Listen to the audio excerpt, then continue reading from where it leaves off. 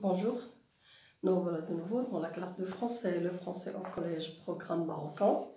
Alors cette semaine avec les élèves de 3e année collège. Et on va commencer par un texte de lecture. Rappelez-vous, on est dans le récit de vie, on a vu des biographies, on a vu le journal intime, l'autobiographie, beaucoup de récits de vie. On va faire un autre récit de vie pour distinguer un peu la différence. Si vous avez votre livre, Français passerelle, vous prenez la page 78, L'oreille de Van Gogh. Alors, vous avez ici d'abord deux portraits. Alors, c'est Vincent Van Gogh. Autoportrait, ça veut dire c'est lui qui a fait ce tableau lui-même, ce portrait lui-même. Un autre peintre, Paul Gauguin, c'est aussi un autoportrait. Alors, autoportrait, ça veut dire c'est le peintre qui fait son portrait lui-même. Alors, on a le texte et on va lire.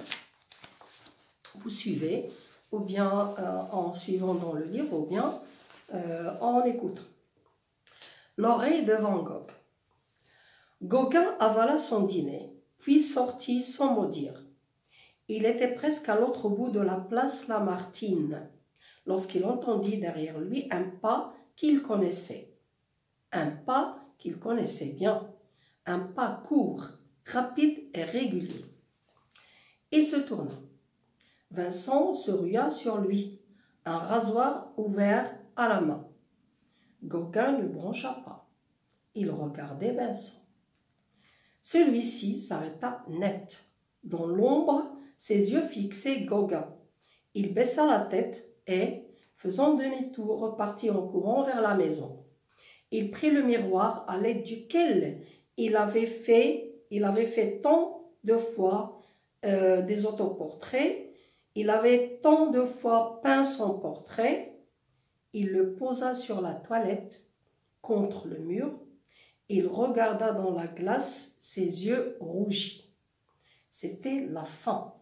Il lisait dans son image que sa vie était close. Il valait mieux briser net. Il leva le rasoir et sentit l'acier tranchant sur la chair flasque de sa gorge. À son oreille, des voix murmurèrent des choses étranges. Le soleil d'Arles éleva un mur aveuglant entre ses yeux et le miroir. Il trancha son oreille droite, ne laissant intacte qu'une petite partie, une petite portion du lobe. Il ramassa son oreille tombée dans le bassin, la lava, l'enveloppa dans une feuille de papier d'Ingres et fit un paquet avec un journal. Il enfonça un béret basque sur l'épais bandage, descendit l'escalier et sortit. Il traversa la place Lamartine, escalada la colline et sonna à la maison. Une servante vint lui ouvrir. « Envoyez-moi Rachel. » Un moment plus tard, Rachel parut. « Oh, c'est toi, fou roux, que veux-tu » ? « Je t'ai apporté quelque chose. »« Pour moi, un cadeau ?»« Comme tu es gentil, fou roux. »« Conserve-le précieusement. C'est un souvenir de moi. »« Qu'est-ce que c'est ? Ouvre-le, tu verras. » Rachel défit le paquet. Elle frémit à la vue de l'oreille et tomba évanouie sur le sol. Erwin Starr, La vie passionnée de Van Gogh, édition du Culot. Bien, je relis encore le texte. On va essayer de comprendre mieux. Donc, on a ici dans le texte Gauguin et Van Gogh. Et ce sont des peintres. Ils étaient amis un certain temps. L'oreille de Van Gogh. Gauguin avala son dîner, puis sortit sans mot dire. Donc, il était en train de manger le repas du soir, et quand il a fini, il est sorti. Il était presque à l'autre bout de la place Lamartine. La place de Lamartine, c'est le nom de la place, comme chez nous, la place Jemaa el-Fna. Hein. Lorsqu'il entendit derrière lui un pas qu'il connaissait bien, un pas court, rapide et régulier. Donc lui, il marchait et derrière lui, il entendit des pas. Ce sont des pas qu'il connaissait. C'était les pas de son ami Vincent. Il se tourna. Donc c'est Gauguin, et se tourna. Vincent surveilla sur lui un rasoir ouvert à la main. Gauguin ne broncha pas. Il regardait Vincent. Donc, lorsqu'il se retourne, il voit que Vincent arrive sur lui avec le rasoir. Et le rasoir, c'est une lame avec laquelle les hommes rasent leur barbe. Donc, Vincent court vers Gauguin, peut-être pour l'agresser, pour l'attaquer. Il y avait un malentendu entre eux. Mais la réaction de Gauguin, il ne bouge pas. Il reste calme, il reste tranquille, il reste indifférent. Celui-ci s'arrêta. Et là, c'est Vincent. Quand il voit que Gauguin ne réagit pas, il reste et il s'arrête. Dans l'ombre, ses yeux fixaient Gauguin. Il regardait Gauguin attentivement. Il baissa la tête et faisant demi-tour, repartit en courant vers la maison. Donc, il retourne chez lui, à la maison. Il prit le miroir à l'aide duquel il avait tant de fois peint son portrait, le miroir, la glace dans laquelle on se regarde, et il pose le miroir, il le posa sur la toilette, donc il était dans la salle de bain, contre le mur. Il regarda dans la glace, ses yeux rougis. Ses yeux étaient rougis de colère, étaient rougis de déception, il n'a pas réussi à attaquer Gauguin, donc il était dans une crise là. C'était la fin, et là il pense, c'était la fin, sa fin à lui. Hein. Il lisait dans son image que sa vie était close.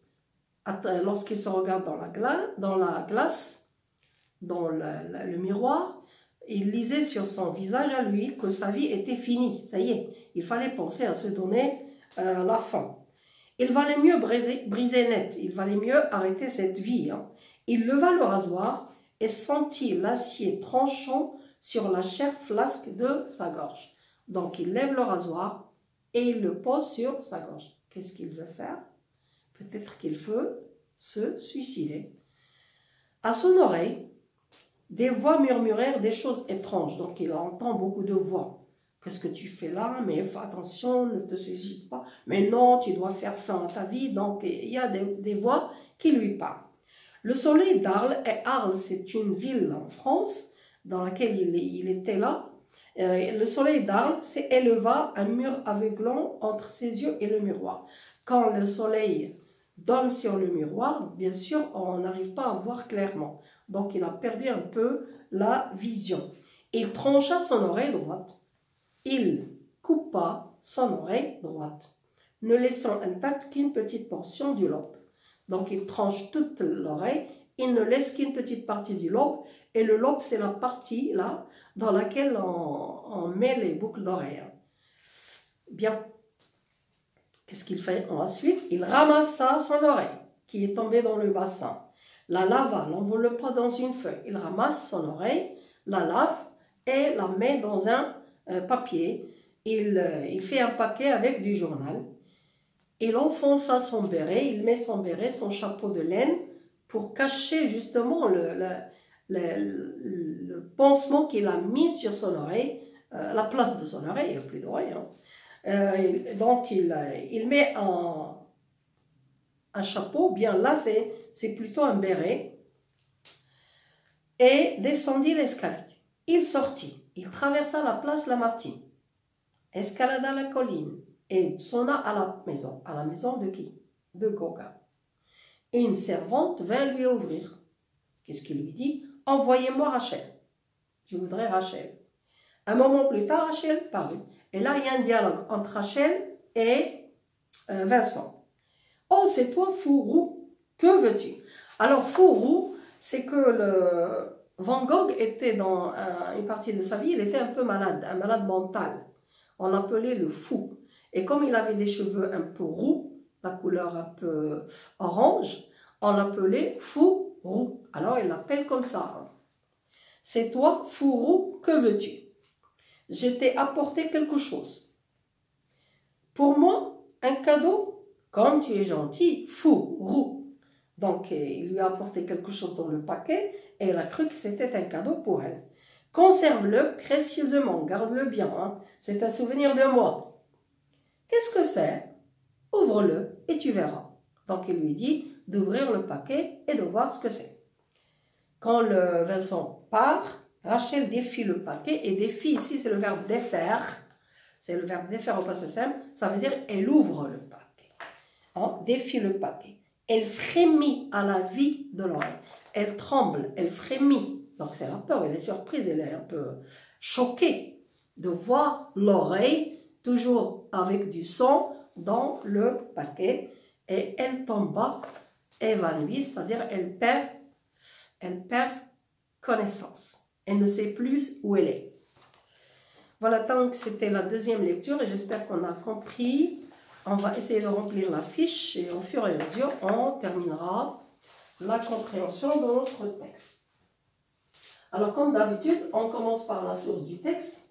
Et je répète que la source, c'est toujours en bas à droite. Rappelez-vous, attention, bientôt les examens. Et on peut très bien vous demander des questions comme ça. La source du texte est en bas à droite. Et quand je relève la source, je mets le titre du livre et l'auteur. Donc, le livre ici, dans lequel on a pris ce texte, s'appelle « La vie passionnée de Vincent Van Gogh ». Donc, l'auteur a écrit sur Vincent Van Gogh et il lui a donné comme titre « La vie passionnée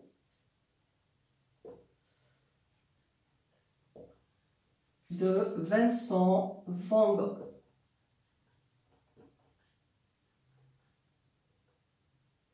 Voilà le titre.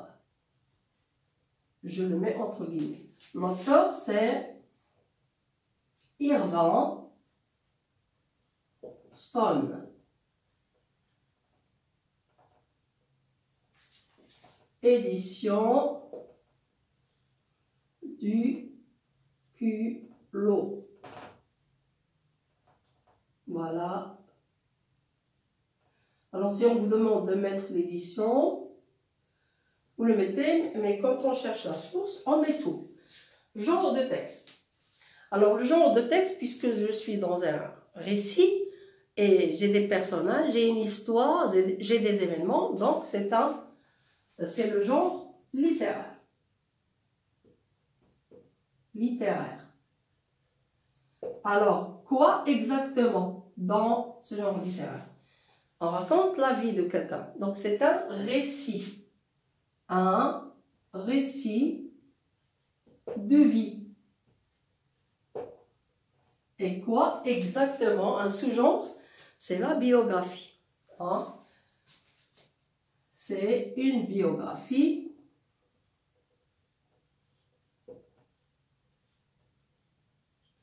On a déjà vu des biographies, rappelez-vous. Mais là, on va voir la caractéristique de cette biographie. Et on va voir. Alors, l'auteur ici, il raconte la vie d'une personne célèbre, qui est Van Gogh et Gauguin. Sont célèbres. Et puisqu'ils racontent leur vie, ça veut dire que c'est quelque chose de réel. Quelqu'un qui a vécu, c'est quelque chose de réel, de vrai. Hein? Donc, il y a une partie dans le texte qui est réelle. Mais il y a une partie qui sort un peu de l'ordinaire, qui n'est pas normale. Donc, cette partie qui sort de l'ordinaire, c'est lorsque Gauguin a coupé son oreille. Et peut-être qu'il a coupé un jour son oreille. Mais là, il coupe son oreille, il lave l'oreille, il place l'oreille dans un paquet et l'apporte à Madame Gauguin, Rachel. Et là, ça sort un peu, c'est de l'imagination de l'auteur. Alors, quand je raconte une biographie et que j'ajoute un peu de mon imagination, cette biographie s'appelle la biographie romancée. Romancée. Voilà donc le genre de texte. Personnage. Alors, les personnages ici, ce sont des personnages réels. Donc, on a d'abord Vincent Van Gogh Et là, vous avez dans l'autoportrait, on vous donne 2 dates. Lorsqu'on vous donne 2 dates, ça veut dire la date de la naissance et la date du décès. Alors pour Van Gogh, il y avait sur l'autoportrait 1853. Donc on va mettre 1853. Et la date de son décès, 1890. Voilà. Et Van Gogh, c'est un peintre. Un peintre irlandais. Voilà.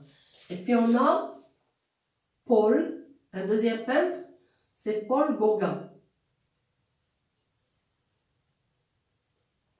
Paul Gauguin, on nous a mis aussi entre parenthèses de date 1843 et 1903. 1843 et 1903. Alors on remarque ici qu'ils ont vécu dans la même période. Ils étaient même un certain temps des amis. Et là aussi c'est un peintre. Un peintre, mais il est français lui. Et dans le texte, c'était la période où ils étaient à Arles. Et Arles, c'est une ville en France. Donc Vincent était venu à Arles. Et c'est là où il a rencontré, où il a connu Gauguin. Bien, il y a d'autres personnages. Oui, Rachel.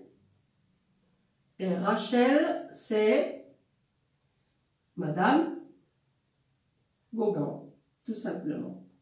Parce que lorsque Vincent a apporté l'oreille, il a dit à la servante, appelez-moi Rachel. Et puis il y a la servante. La servante de Madame Gauguin. Voilà donc les personnages. On a donné les personnages dans un ordre d'importance, du plus important au moins important. Bien. On passe maintenant aux événements. Alors on a vu la source, le genre, les personnages, événements. Alors l'événement, qu'est-ce qui s'est passé? Allez, rappelez-moi. Ce qui s'est passé dans le premier paragraphe. Vincent essaie d'attaquer qui? Paul. Vincent et Paul, c'est Vincent Van Gogh et Paul Gauguin. Donc Vincent essaie d'attaquer Paul avec un rasoir. Voilà, on va le mettre.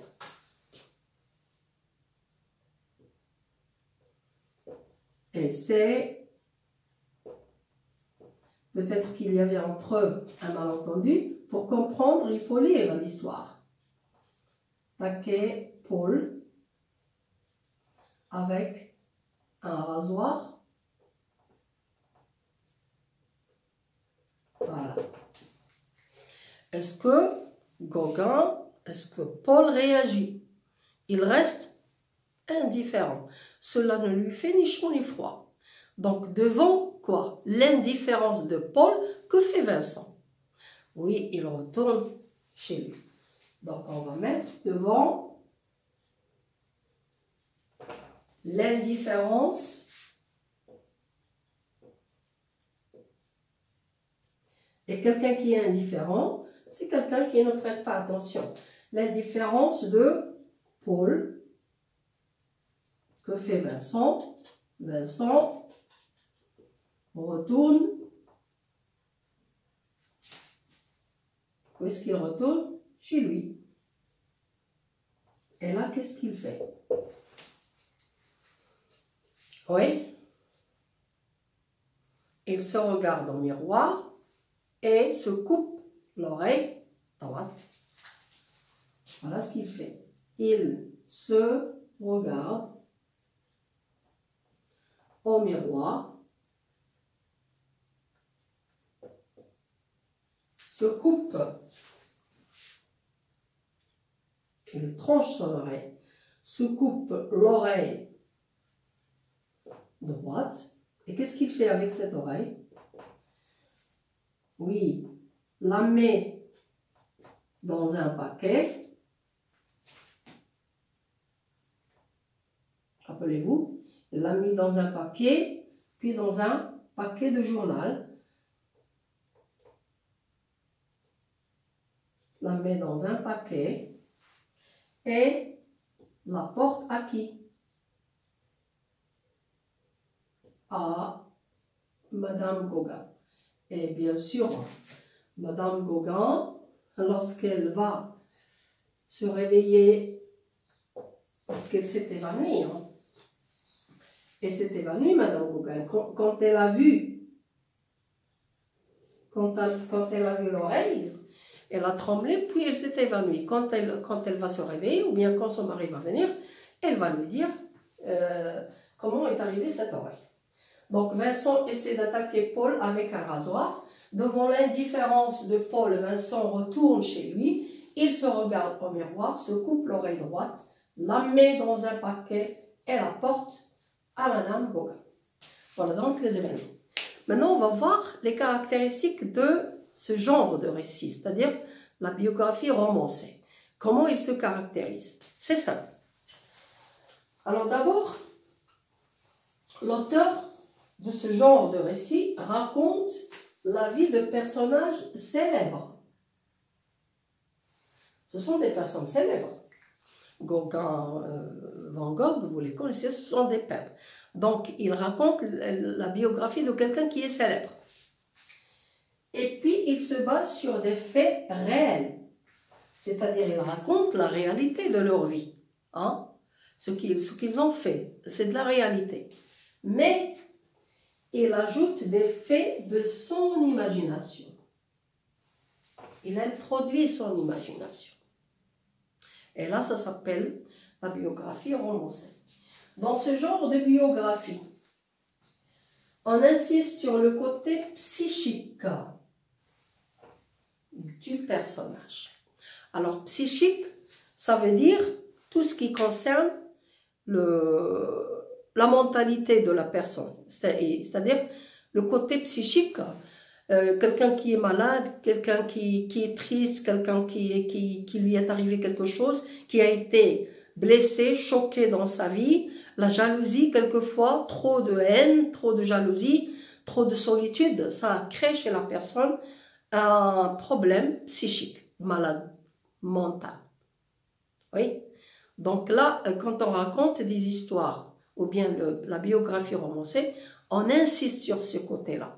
Donc, c'est plutôt une analyse du caractère et une analyse de la psychologie de la personne que la narration de sa vie.